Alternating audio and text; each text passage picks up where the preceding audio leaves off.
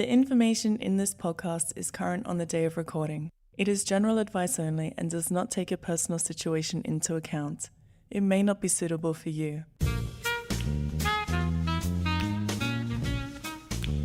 Welcome to Stock Take. My name's Gaurav Sodhi. Joining me today is analyst Nick Cummings. Hey, Nick. Hi, Gaurav.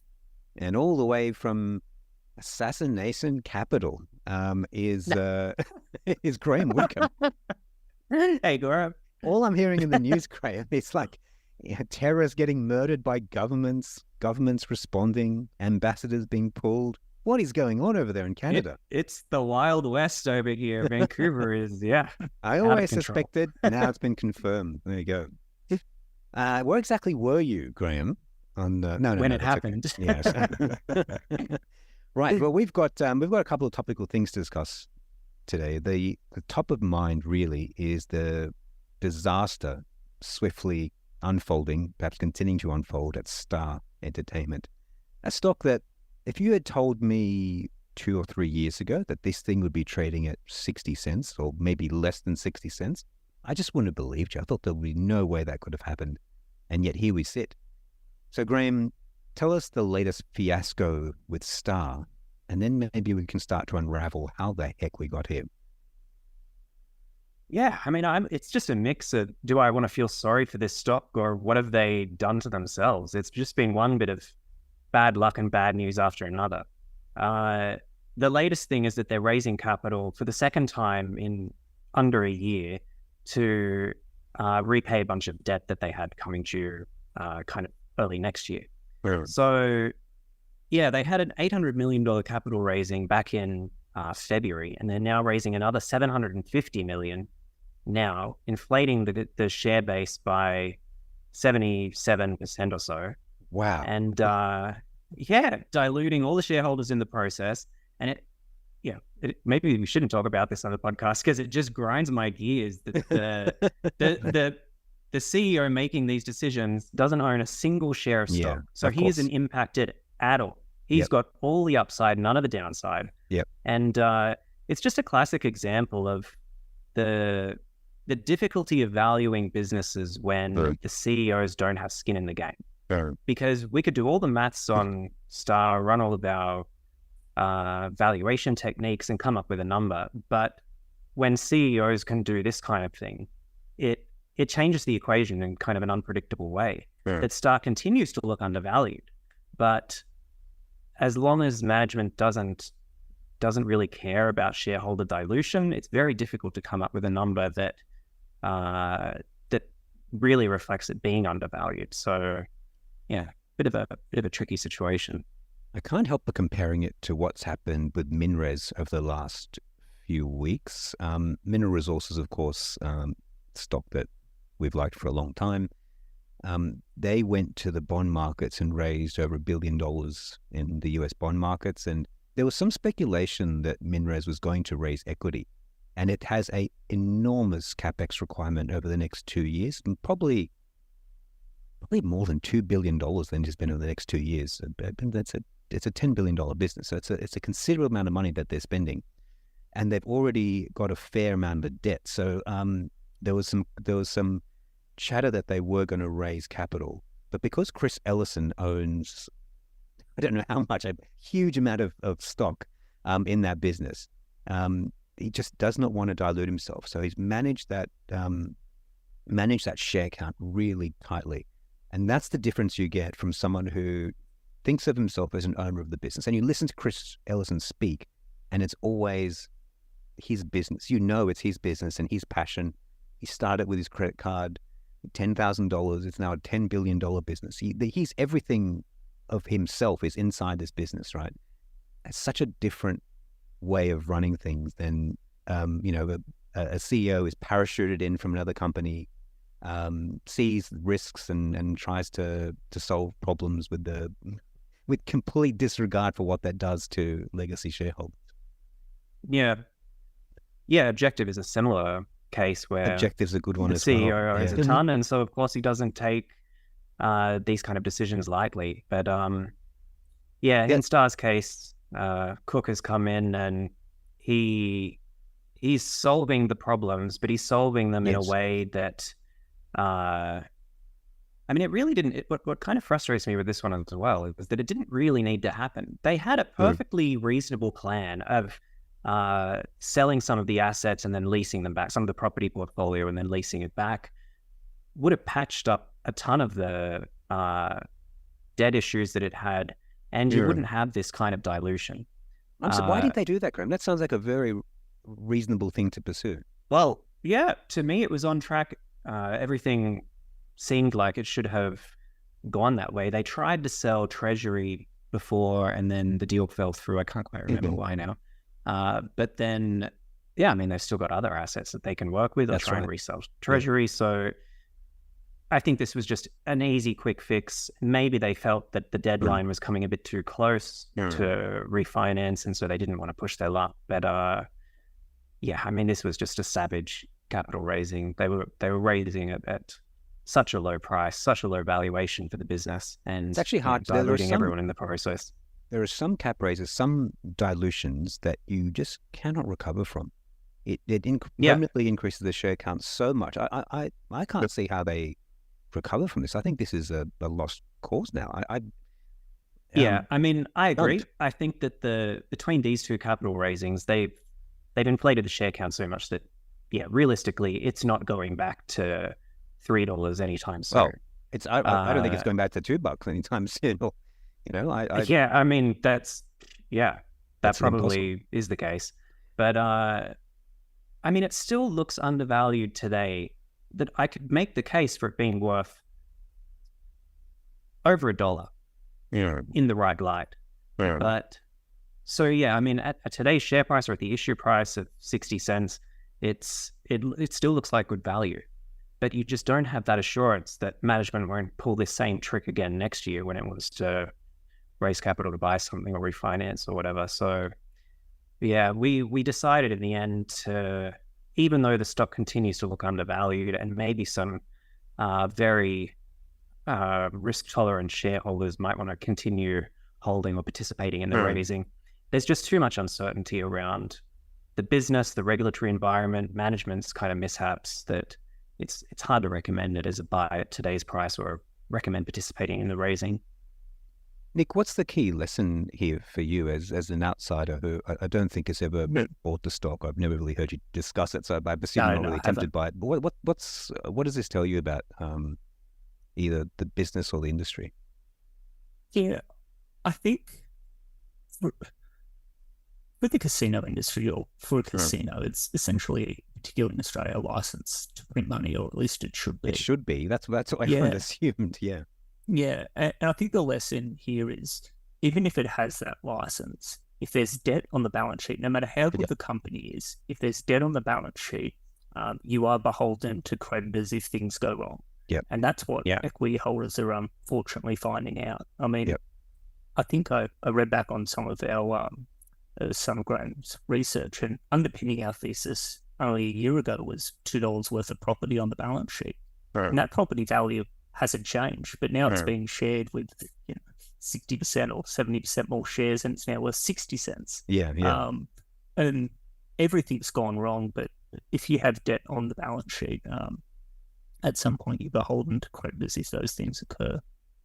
For me, that lesson cannot be learned strongly enough or often enough.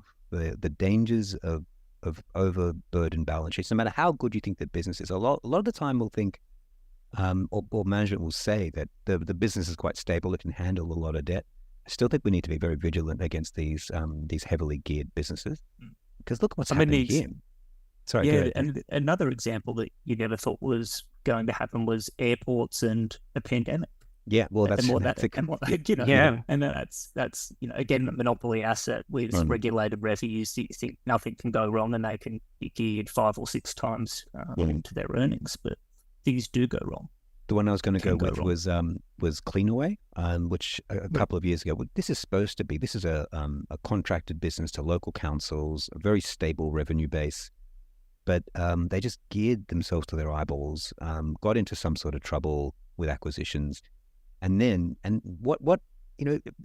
debt means that you cannot make mistakes, and simple cyclical downturns end up being balance sheet disasters, because then the debt becomes a problem. You have to raise equity at super low prices. And as we said before, that's it. I mean, you're permanently diluted and you'll never recover from that. That's certainly been the case for Cleanaway. And I think that's going to be the case for Star. So, Graham, when you're not sounding very enthusiastic here, this does seem though it's extremely bombed out. I can't imagine anyone wants to touch it now.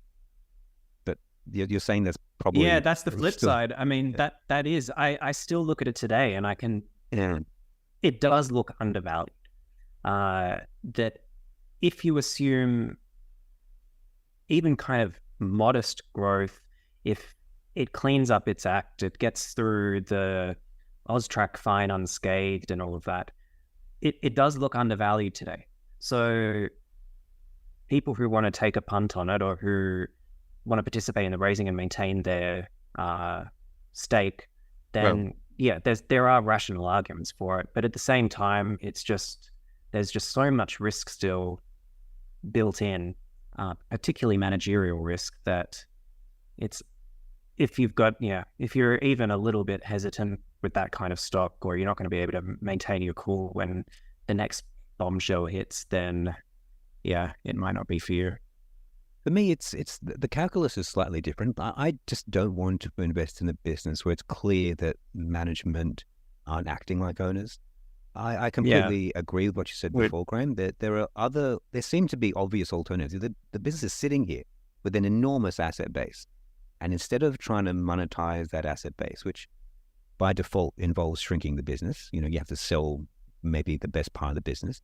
They went and destroyed, I think, any prospect of future returns by diluting so much at such low price. That's the management that has burnt bridges, and I cannot, again, almost at any price, go back and invest with them. And it might mean that you lose out on a double, but that's fine. I think sometimes you got these rules and they serve you well over average, and sometimes it means you don't make a double. And I'm perfectly comfortable with that. Yeah, I think you're right. What a somber story.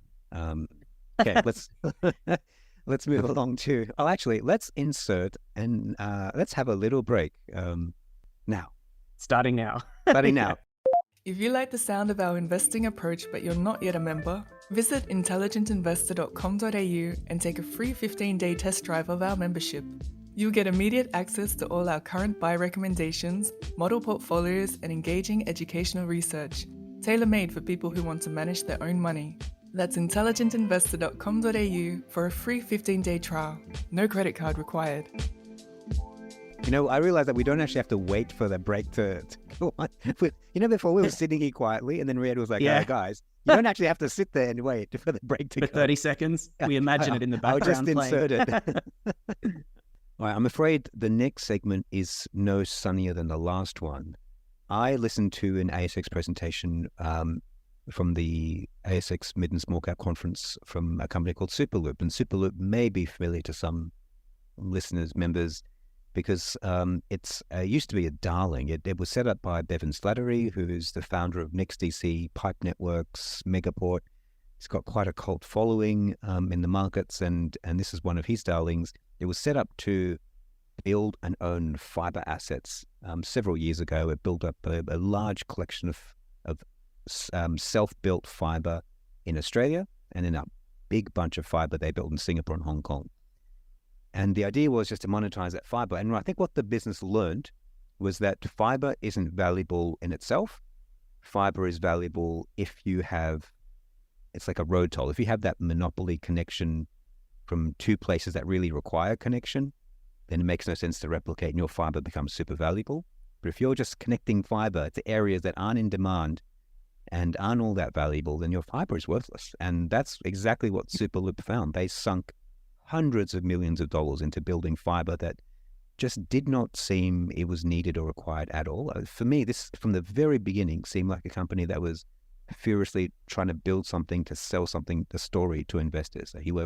Fiber is hot. We're building a lot of it. We're a fiber infrastructure business. We need infrastructure multiples. That was the narrative I was getting from the business. And of course, it all fell apart, collapsed.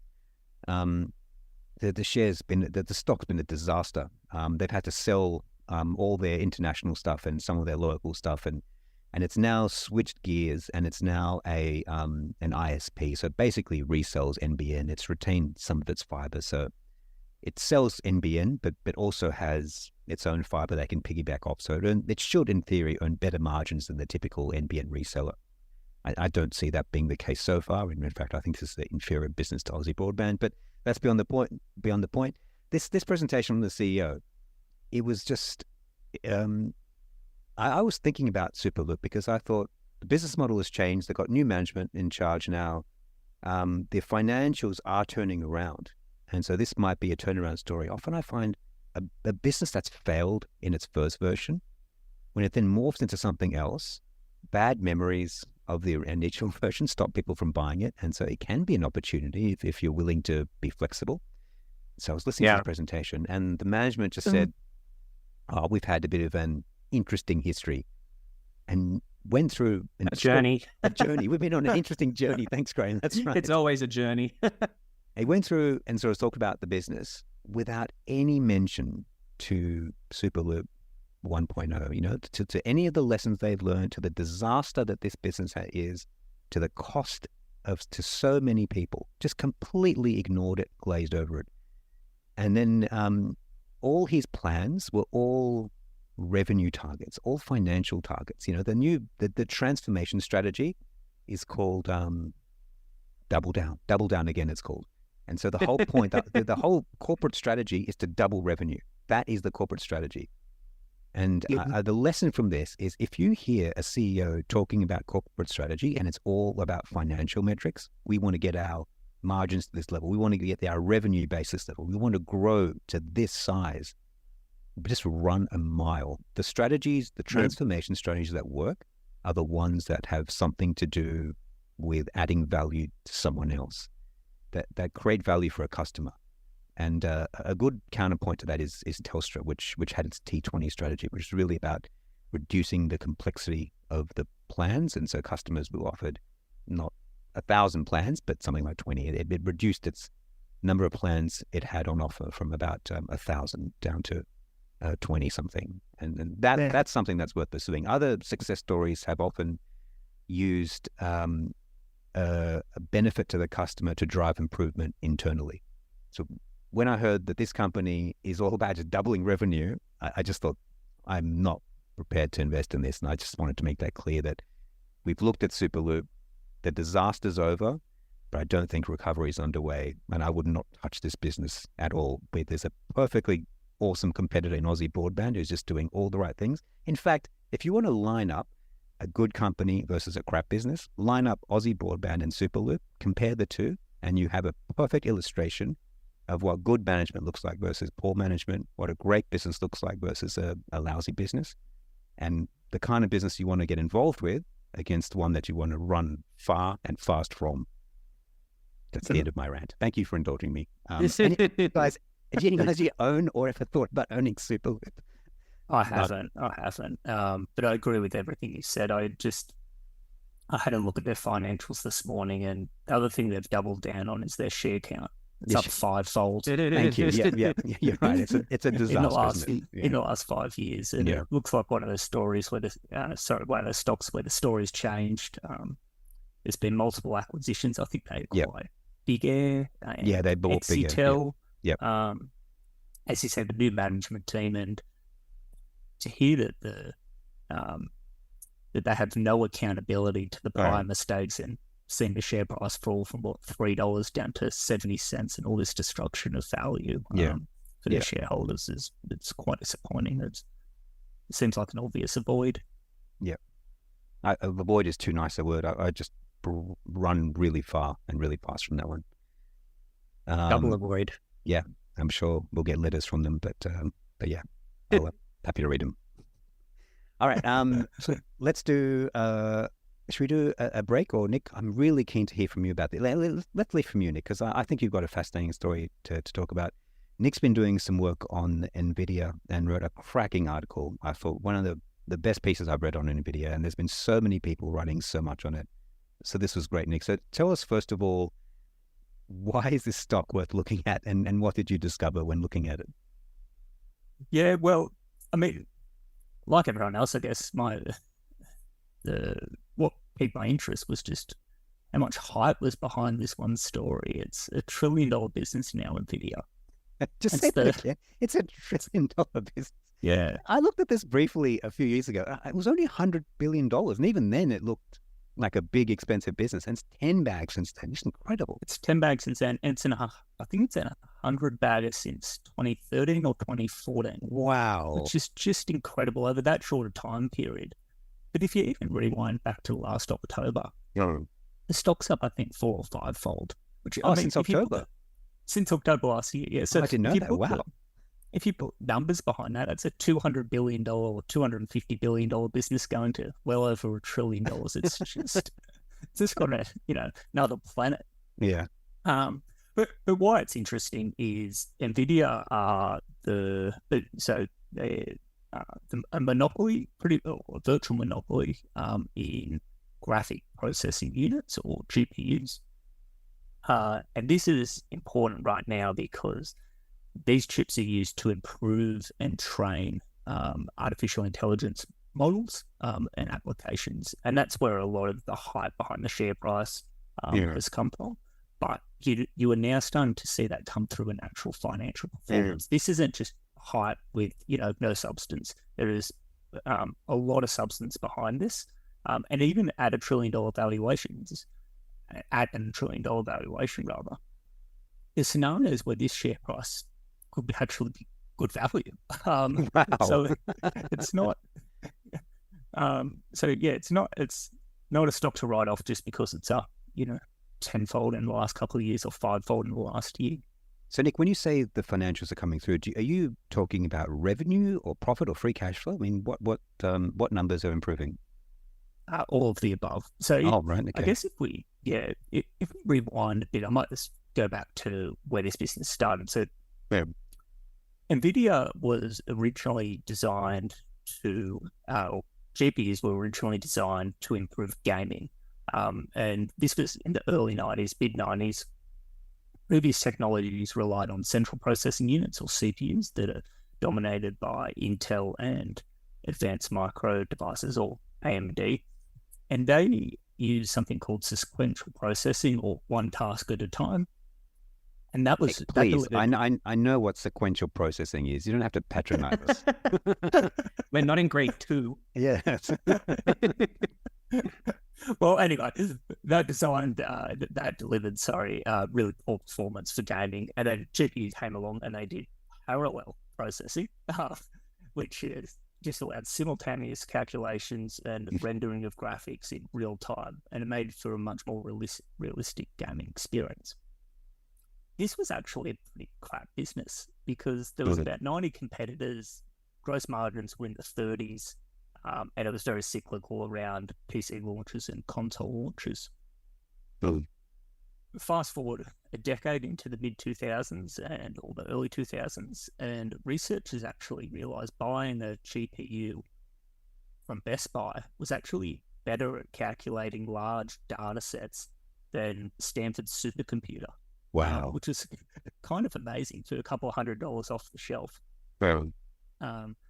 So that was the aha moment for Nvidia, and they were very worried about if they pursued data centers and artificial intelligence and this new revenue stream, that it would turn into gaming again. It'll be just a cyclical business with lots of competitors. So they developed something called Coda, which is, in layman's terms, a programming software layer that locks in developers, because only by using Coda, you can only use it on GPUs made by Nvidia.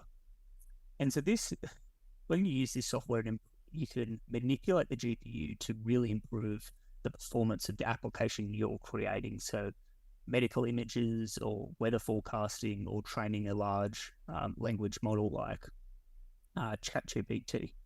And that's what's really, I guess that's why the stock's 100 bagged in the last 10 years, because this is now a reality. So data center revenue, which is tied into artificial intelligence, has risen from $300 million in 2015 to $15 billion in 2022. Wow. Okay. Yeah. And because there's a massive because there's massive switching costs, gross margins have gone from 30% to 65 or 70%. Wow. And operating profit margins, I think, are now kind of close to 30 or 40% what they were previously, or what they were under the gaming, where gaming was the main use for GPUs. So it's been an incredible turnaround in the fortunes this industry and the fortunes of one company. And now they're seen as the industry standard and the picks and shovels for this AI revolution, in the same way that Cisco was seen as the hardware solution for the .com era. The other thing that they've managed to do is they've become the central node for the AI narrative. So if anyone's thinking, oh my goodness, this AI thing is huge, I gotta buy some AI stock, this is the default AI stock. In the way that Tesla became the default EV stock, and you're right, Cisco became the default internet stock.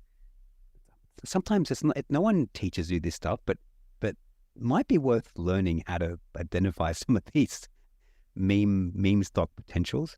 The gains just seem to be incredible, and it's a source of great frustration that we sit here with our years of training, the hours we spent analyzing stocks, and all the time and effort and struggle, doubt, and then just some meme stock kind of goes up 10 times, I'm not. But I think Nvidia is more than a meme stock. I'm not necessarily. It's really got something there. Yeah. Not necessarily saying that this is the meme, but these stocks that become the defining feature of a narrative, they just go bonkers, and often they don't have anything. It sounds like in this case that they actually do. Just another question for you, Nick. Just on the volume of chips, I was reading that it's not just the software that locks the developers into Nvidia chips, but the chips work better when you get a whole bunch of them working simultaneously. So do you have numbers for the change in chip numbers or any forecasts for what that might happen? I don't, and I don't think they released them. Okay. But one of I think their H100 chip, which is the latest model, that can cost around $40,000 US. Oh wow! Chip. Okay. Yeah. And then I think you can pair about 8 of them together for around a bit over $200,000 right. US dollars. So it's incredibly expensive. Well, some of these there's no real competition. AMD are making some inroads, but still it's mainly Nvidia for now. I know some of these data center guys, they're talking about chip orders in the tens of thousands, for a single site. So there's just, it's that combination of software locking in the Nvidia as the supplier, and then the kind of tailwind just exploding the number of, causing explosion in the number of chips demanded. It's such a great place to be. Yeah, absolutely. Just one star on that, is ChatGPT used 10,000 NVIDIA chips to train their AI model. Yeah, That's right. just one application or one model. It's a great model, but it's just one. Yeah. And every large tech business is now building their own AI model. It's an arms race. It's like, it's an absolute arms race to get your hands on NVIDIA chips, because they can't make them as quickly as they're flying off the shelf. Do you have some idea about the prospect for competition? Imagine, Apple came from nowhere to be a significant chip designer, and there are companies with resources like Apple, several of them, many of them, in fact. What are the chances that someone can break this monopoly? I still think it's low, but they are trying. So Google and Amazon seem to be the most advanced. They're using, I think Amazon uses their Graviton chip, and Google uses Tensor. So they have designed and made their own chips specifically for their own cloud and for certain workloads. Now, they still need a lot of NVIDIA chips for other areas, but there's no doubt that these, monopolies in other areas are realizing that NVIDIA is a monopoly, and we need to look at this kind of quickly. Otherwise, they'll be just completely beholden to them. In the same way that before Apple did the M1 chip, that they were a little bit beholden to Intel. Yeah. And I understand that Nvidia actually gets all its chips manufactured from one company. Yes. Is that TSMC? Yeah, I mean, is that an monopoly opportunity? over monopoly over monopoly? Incredible, right? And TSMC gets a lot of its physical equipment from some Netherlands based. ASML. You know all the names. I know the stories. You know the names. Who's at the end of the line? Yeah, like it's just incredible. There's duopolies and monopolies all throughout the semiconductor industry. There's been a massive consolidation over the last 10 years, and that's just coming back to the supplier TSMC. They make, I want to say, 90% of the world's most advanced chips at the moment, or manufacture 90% of the world's most advanced chips. The other one is Samsung. Intel, that's still involved, has spent tens of billions of dollars trying to catch up, and they haven't managed to do it. I mean, they're still getting tens of billions of dollars in subsidies from the US government and to catch up, and they can't muster it. There's a lot of intellectual IP here that money can't buy. And I guess that's another risk for Nvidia, is they rely on one sole supplier, which is TSMC, and they're based in Taiwan, and that obviously comes with several geopolitical risks. Where in that value chain would you like to be most? Who do you think captures it? Because as you said, that's like the three, monopoly. Are they all making mega profits, or where would you ideally sit in that entire chain? It's a good question. I think probably Nvidia, if they can maintain their monopoly, which is the big if. I'm more confident that ASML and TSMC will be a monopoly in 10 years than I am probably Nvidia. But ASML and TSMC require lots of capital expenditure. Right. To manufacture their equipment and manufacture these chips. So a large foundry, they call them, for TSMC can cost $10 billion. So it's huge amounts of capex. Whereas Nvidia, by being what they call a fabless company and not owning their own manufacturing facilities, are very capital light. So there's not as much capital expenditure. So free cash flow is powerful. Amazing. Nick, this is one of the most fascinating industries in the world. I'd like actually one day for you to write a book about this, because Chip Wars, which is the default, is a crappy read. It makes a fantastic, exciting industry just a dull, boring read. So there's room in the market there. I think you might be the man. Perfect. I'll get on beating a bestseller in my spare time. Well, you've got the filing cabinet for it, that's for sure. Keep all your notes in there. Now, we're going to take another quick break, and we'll be back for a final segment. Gaurav, yeah. I don't think you have to keep telling people you're having a break. Just stop talking. And right, okay. Okay, sorry. But doesn't that sound a bit weird if it just suddenly cuts out and goes to a break? Yeah.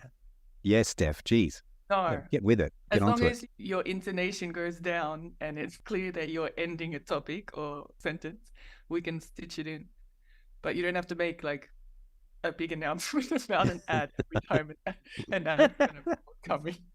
Just zip it. All right, we'll do it next time. If you enjoy our approach to investing but you don't want to manage your own money, check out Intelligent Investor's range of managed funds, including income, growth, ethical, and international options.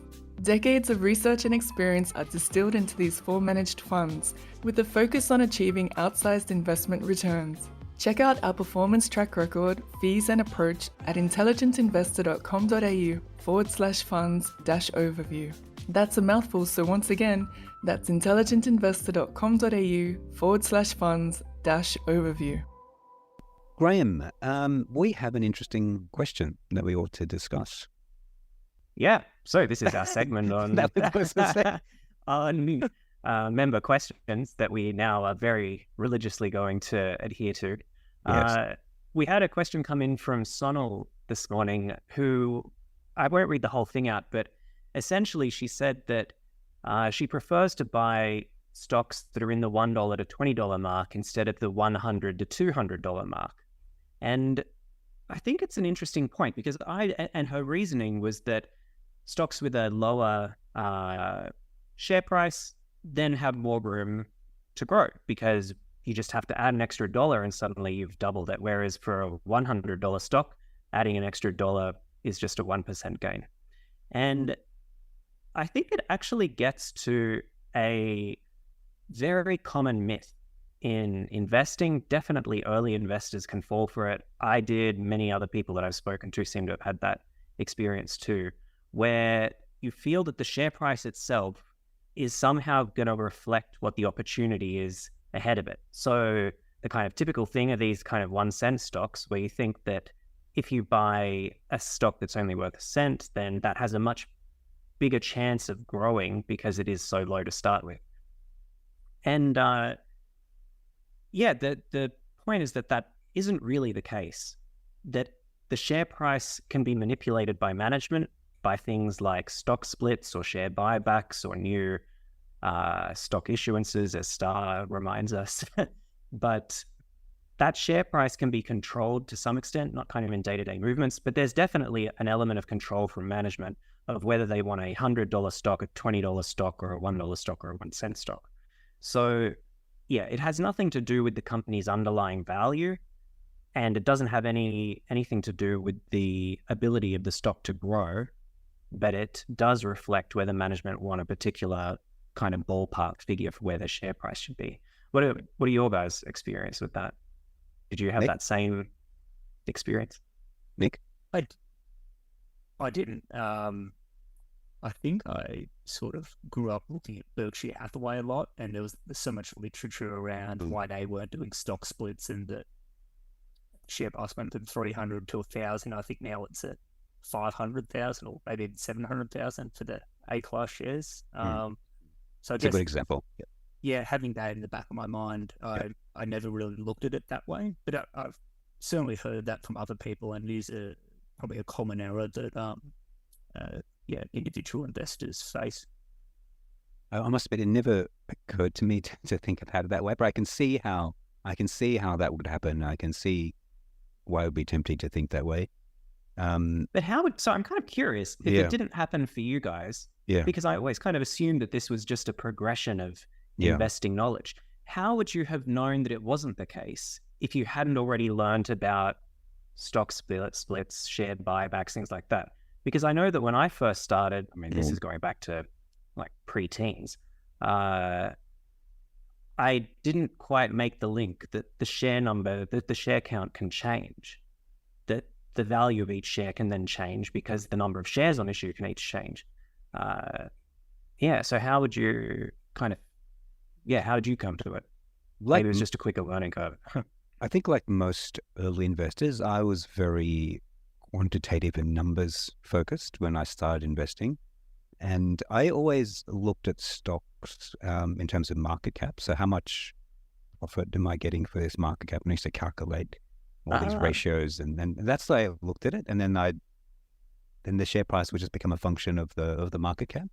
I never broke that link that the share price is a function of the market cap.